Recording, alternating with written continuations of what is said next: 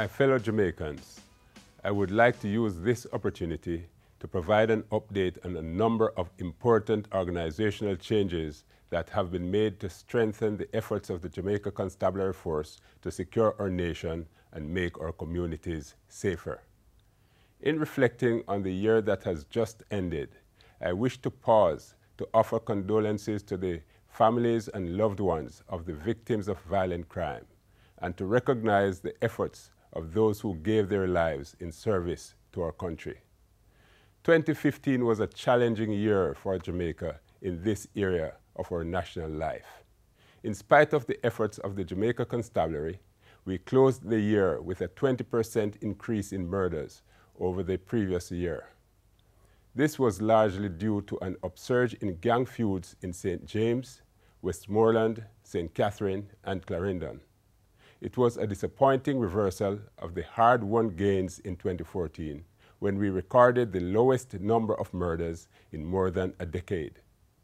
The murder of 1,207 Jamaicans overshadowed the fact that in 2015 we recorded significant reductions in every other category of major crimes.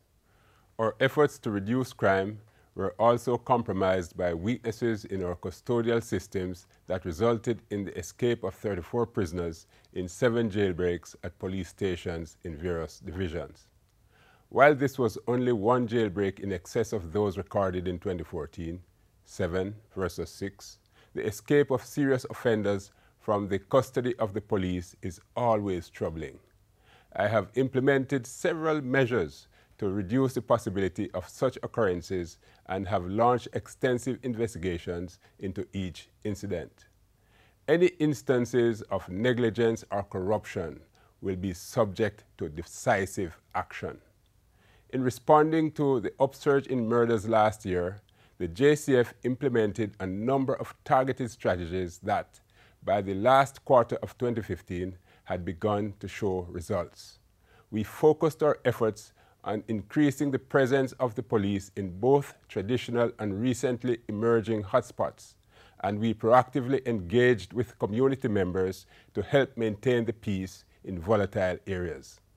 We were also unrelenting in our efforts to track down and bring to justice the heartless gunmen who have been wreaking havoc in our society. For the first time in more than 50 years, the JCF arrested and charged in a single year more than 700 persons who were involved in murders. With a 55% clear-up rate in 2015, we recorded the highest clear-up rate for murders in Jamaica in more than 12 years. We were able to achieve this while protecting the fundamental rights of accused persons, and in the process recording the lowest level of fatal shootings in more than 23 years. This can be attributed to the uncompromising stance taken by the entire JCF to safeguard the human rights of criminal offenders, even as we seek to bring them to justice.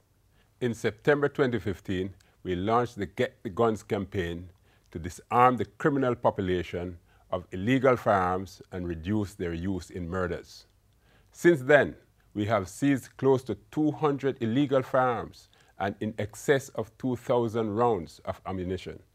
We want to thank all the good citizens who have supported this campaign and would like to urge everyone to join us in our efforts to find illegal guns and help us to save lives. In 2015, we witnessed a worrying trend in fatal traffic crashes that has continued into 2016. Far too many lives are being lost in motor vehicle crashes that result from careless driving. Even as I appeal to motorists and pedestrians to exercise greater care in their use of our roadways and to show respect for fellow road users, I want to make it clear that the JCF will be renewing its efforts to enforce the Road Traffic Act and restore order in the public thoroughfare. Within the next 2 weeks, I will be reassigning more than 100 additional policemen and women to work in the traffic division in order to heighten the presence of our police on our roadways across Jamaica.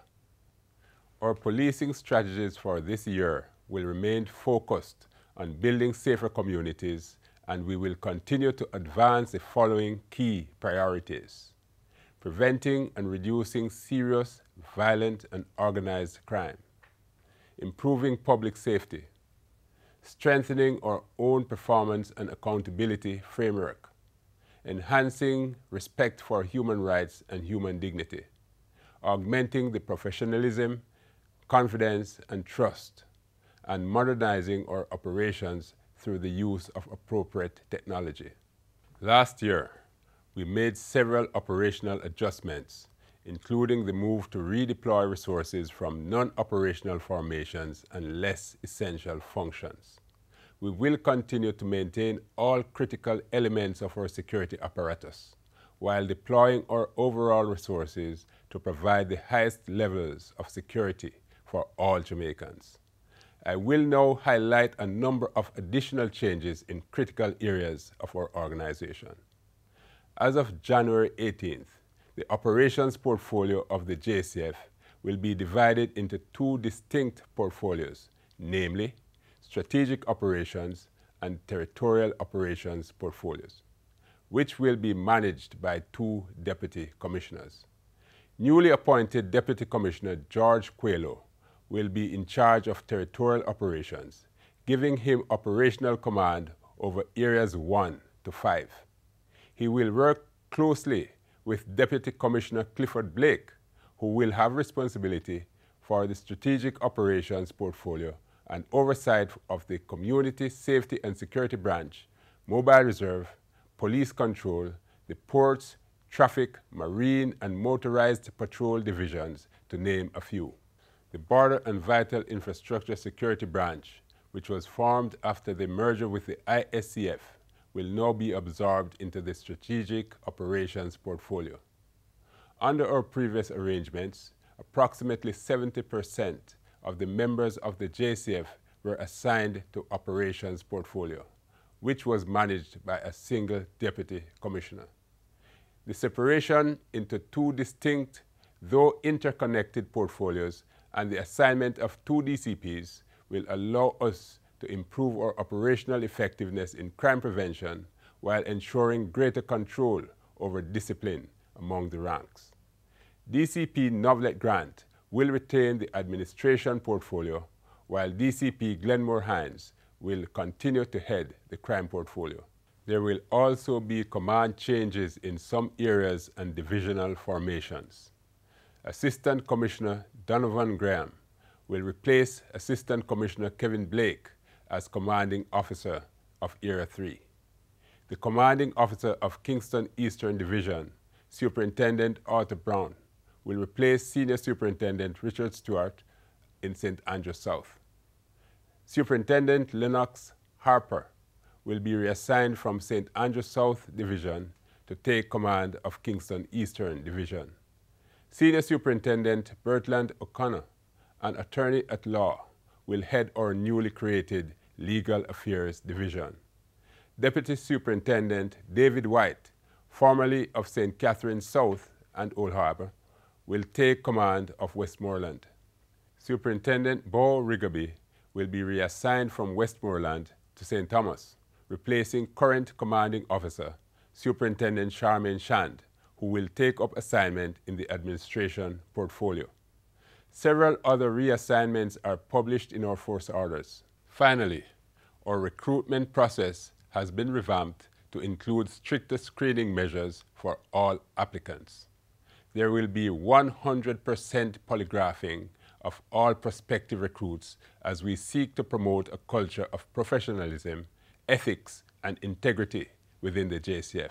We are also exploring new ways to ensure that all our communities are represented in our selection of new recruits. We understand the importance of having a police service that is reflective of all segments of the population, and we are currently reviewing proposals to increase our recruitment of persons from inner city and rural communities all across Jamaica. Our police service must reflect the public that we serve. These changes, among many others, will go a long way in helping us to achieve the objective of building a safer and more secure nation, and we will be relying on the support of every Jamaican. If we stand together, we can defeat the common threats to the security of our nation. God bless you, and may God bless Jamaica, land we love.